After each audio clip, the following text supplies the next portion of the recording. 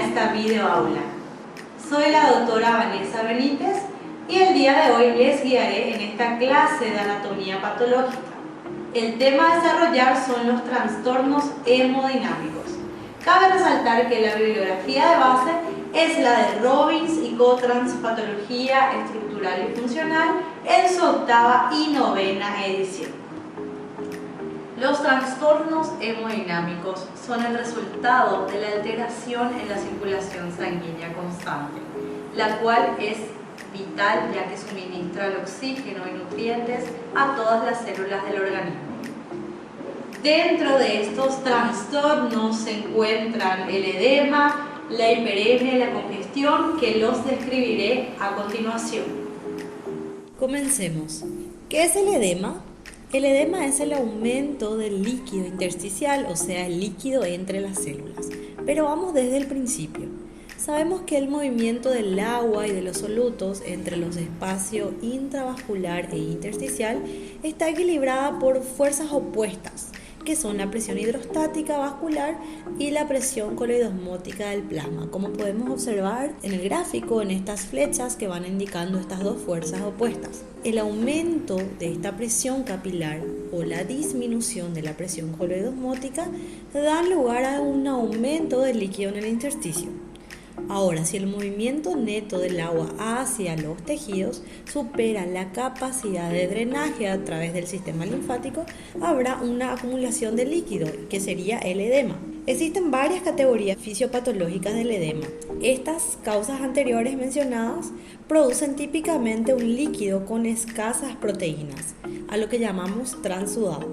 Por el contrario, el edema inflamatorio, que es un exudado con abundantes proteínas, se produce por un aumento de la permeabilidad vascular. La acumulación de líquido en las diversas cavidades corporales reciben denominaciones especiales y se llaman hidrotórax a la acumulación dentro de las cavidades pleurales, hidropericardio, hidroperitoneo, este último más conocido como ascites. En la siguiente tabla se enumeran las causas del edema agrupadas con los ejemplos clínicos, ya sea si se produce un edema localizado o regional o un edema generalizado o sistémico. La primera causa, que sería el aumento de la presión hidrostática, fuerza la salida de los líquidos desde los vasos hasta el intersticio. Esta puede ser regional, por ejemplo, debido a una trombosis venosa profunda en una extremidad, o un edema sistémico debido a una insuficiencia cardíaca congestiva, donde la función del corazón derecho está reducida, lo que lleva a una acumulación de sangre venosa. La disminución de la presión coloidosmótica del plasma producida por la pérdida de albúmina, ejemplo en una proteinuria en el síndrome nefrótico o reducción de síntesis de albúmina en una cirrosis o malnutrición proteica. La siguiente causa nos habla de una obstrucción linfática que bloquea la eliminación del líquido intersticial. La obstrucción suele estar localizada y se relaciona más bien con procesos inflamatorios o neoplásicos. Y por último, la retención de sodio y agua. La retención primaria de sal con la retención obligada de agua causa un aumento de presión hidrostática y reducción de la osmótica. Esta ocurre en las nefropatías con retención salina y produce un edema generalizado. Con respecto a las características morfológicas, el edema puede ser mejor apreciado a simple vista y vamos a dar algunos ejemplos de ello. El edema subcutáneo, que puede ser difuso o aparecer allí donde las presiones hidrostáticas son mayores. Ejemplo, zonas influenciadas por la gravedad, lo que se llama edema en zonas de declive.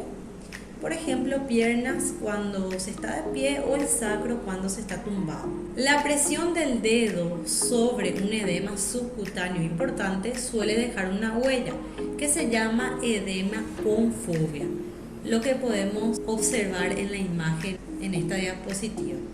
El siguiente ejemplo es el edema debido a la hipoproteinemia, que generalmente es más intenso y difuso y se hace más evidente en el tejido conjuntivo laxo, como vemos en la imagen, en la zona de los párpados, lo que produce un edema periorbitario.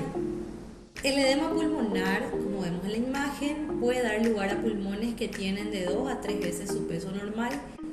El edema encefálico puede ser localizado en lugares de abscesos o neoplasia o generalizado como vemos en la imagen. Cuando es generalizado, este encéfalo se puede hinchar tanto que puede producir un estrechamiento de los surcos y la distensión de las circunvoluciones que se aplastan contra el cráneo y ponen en peligro la vida. Por último, las consecuencias clínicas de ellas. El edema subcutáneo puede retrasar la curación de las heridas o de la eliminación de las infecciones. El edema pulmonar impide el intercambio gaseoso, aumentando así el riesgo de infección. Y el edema encefálico, dentro del espacio confinado del cráneo, impide el flujo cerebral de sangre, inclusive puede causar hernias, lo que pone en peligro los centros vulvares críticos. Ahora hablemos de hiperemia y congestión. En primer lugar, llevemos en cuenta que ambos fenómenos son el aumento local de volumen de sangre en un tejido. ¿Qué es la hiperemia? Es un proceso activo, lleva más sangre a un tejido debido a una vasodilatación.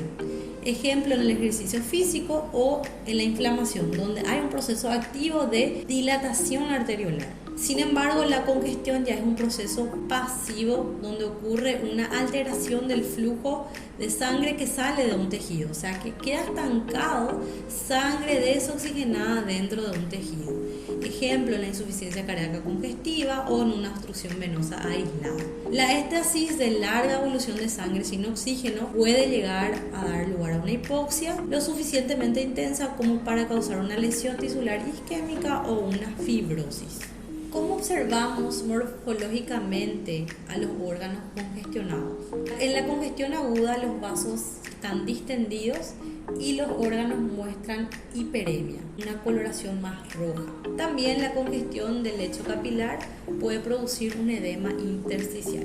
En la congestión crónica puede ocurrir una ruptura capilar causando una hemorragia focal y la ruptura posterior del eritrocito da lugar a macrófagos cargados de hemosiderina. O sea que los macrófagos fagocitan los restos del eritrocito y acumulan hemosiderina.